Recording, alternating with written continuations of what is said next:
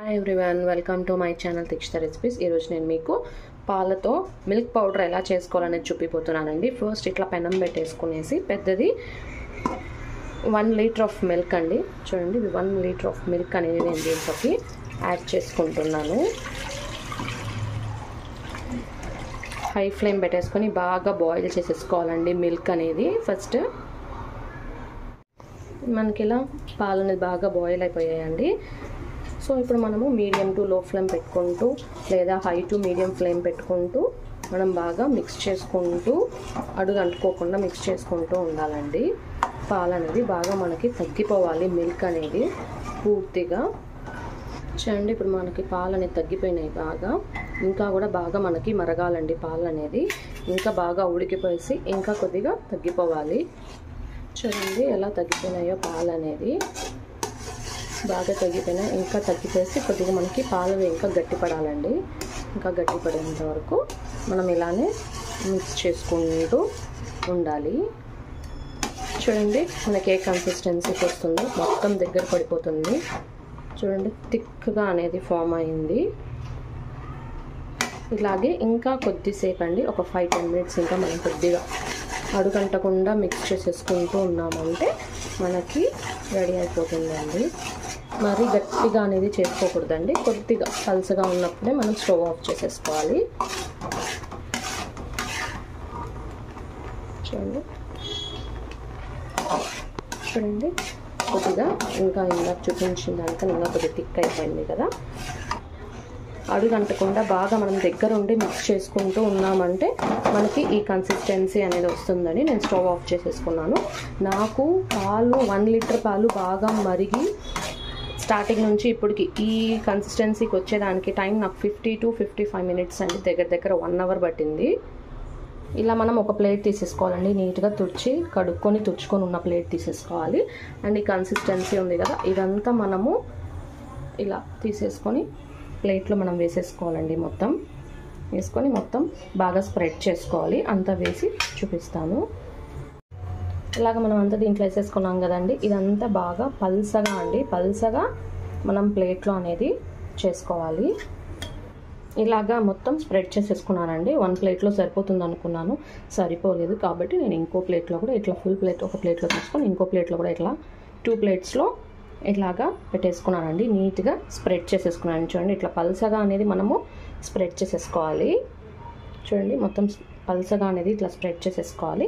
ఇప్పుడు ఇది మనము ఒక 3 to 4 అవర్స్ మనం ఫ్యాన్ కింద అయినా పెట్టచ్చు, లేదా అంటే సన్లైట్ కింద మనం ఎండలో కూడా పెట్టుకోవచ్చండి. నేను చూడండి 3 అవర్స్ తర్వాత అండి కొద్దిగా ఇలాంటి ప్లేసెస్లో బాగా ఆరిపోయిందండి, గట్టిగా అయిపోయింది. ఇట్లా ఉన్న దగ్గర కొద్దిగా మెత్తగా ఉందండి. సో మనం దీన్ని ఇప్పుడు మళ్ళీ ఆఫ్టర్ 3 అవర్స్ అండి ఇది మళ్ళీ మనం దీన్ని ఇట్లా అనుకొని అంతా తిప్పించి పెట్టుకోవాలి. ఇలాగా అంతా టర్న్ చేసేసుకున్నానండి, ఫ్లిప్ చేసేసాను. ఉన్నదంతా కూడా ఈ ప్లేట్లో కూడా ఇలా చేసేసాను. ఇలా చేసి మళ్ళీ ఇట్లానే మనము పల్సగా స్ప్రెడ్ చేసేసుకొని మళ్ళీ ఒక 3 అవర్స్ అనేది ఫ్యాన్ కింద పెట్టుకోవాలండి. చూడండి ఇది ఆఫ్టర్ 3 అవర్స్ అండి. మళ్ళీ అంతా టర్న్ చేసుకున్న ఆఫ్టర్ 3 అవర్స్ చూడండి అంతా పౌడర్ అయిపోతుంది. తడి ఏమీ లేదండి. ఇదంతా ఇప్పుడు మనము మిక్సీ జార్లోకి ట్రాన్స్ఫర్ చేసేసుకోవాలి. ఇప్పుడు దీన్ని మనము ఫైన్ పౌడర్ లాగా గ్రైండ్ చేసుకోవాలండి. ఇప్పుడు గ్రైండ్ చేసి చూపిస్తాను. చూడండి పౌడర్ లాగా చేసుకున్నాం, చాలా సాఫ్ట్గా పౌడర్ లాగా వచ్చేసిందండి. ఇప్పుడు మనం దీన్ని వేరే ప్లేట్లోకి ట్రాన్స్ఫర్ చేసేసుకుంటున్నాము. ఇది అన్స్వీటెన్ మిల్క్ పౌడర్ అండి. దీంట్లో మనం షుగర్ ఏం యాడ్ చేయాలి కాబట్టి ఇది అన్స్వీటెన్ మిల్క్ పౌడర్. ఇప్పుడు మనం దీన్ని స్వీటెన్ మిల్క్ పౌడర్ చేద్దాం. ఇప్పుడు మళ్ళీ సేమ్ అదే మిక్సీ జార్ తీసేసుకున్నానండి. ఒక 5 టేబుల్ స్పూన్స్ ఆఫ్ షుగర్ అనేది దీంట్లోకి యాడ్ చేసుకుంటున్నాను. 1 2 3 4 5 table spoons of sugar add చేశానండి. ఇప్పుడు ఆ షుగర్ని అంతా కూడా పౌడర్ లాగా మనం గ్రైండ్ చేసుకోవాలి. ఇప్పుడు మనకి పౌడర్ షుగర్ అనేది రెడీ అయిపోయిందండి.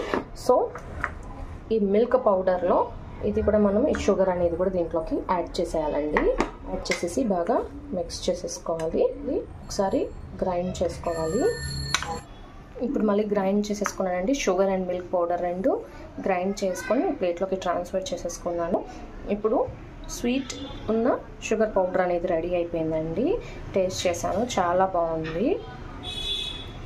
ఇలా మనము ఇంట్లోనే చేసేసుకోవచ్చండి. బయట కొనుక్కొని మిల్క్ పౌడర్స్ బయట కొనుక్కుంటే ఇట్లా హెల్తీగా చేసుకోవచ్చండి. ఎవరైనా కొంతమంది బేబీస్కి, పిల్లలకి మిల్క్ పౌడర్తో దూరంగా ట్రావెల్ చేసే పిల్లలకి అయితే మిల్క్ పౌడర్ క్యారీ చేస్తూ ఉంటారు కదా, అలాంటి వాళ్ళకైతే చాలా యూస్ఫుల్ అండి. ఇది వాటర్లో ఈ మిల్క్ పౌడర్ అనేది మిక్స్ చేసేసుకున్నామంటే మనకి పాలు అనేది రెడీ అయిపోతాయండి. చాలా బాగుంటుంది. అండ్ ఈ మిల్క్ పౌడర్ మనము ఐస్ క్రీమ్స్ చేసినప్పుడు యూస్ చేయొచ్చు, అండ్ కేక్స్ ప్రిపేర్ చేసినప్పుడు యూస్ చేయొచ్చు, అండ్ డెజర్ట్స్ ఏమైనా చేసేటప్పుడు కూడా యూస్ చేయొచ్చు అండి. చాలా బాగుంటుంది.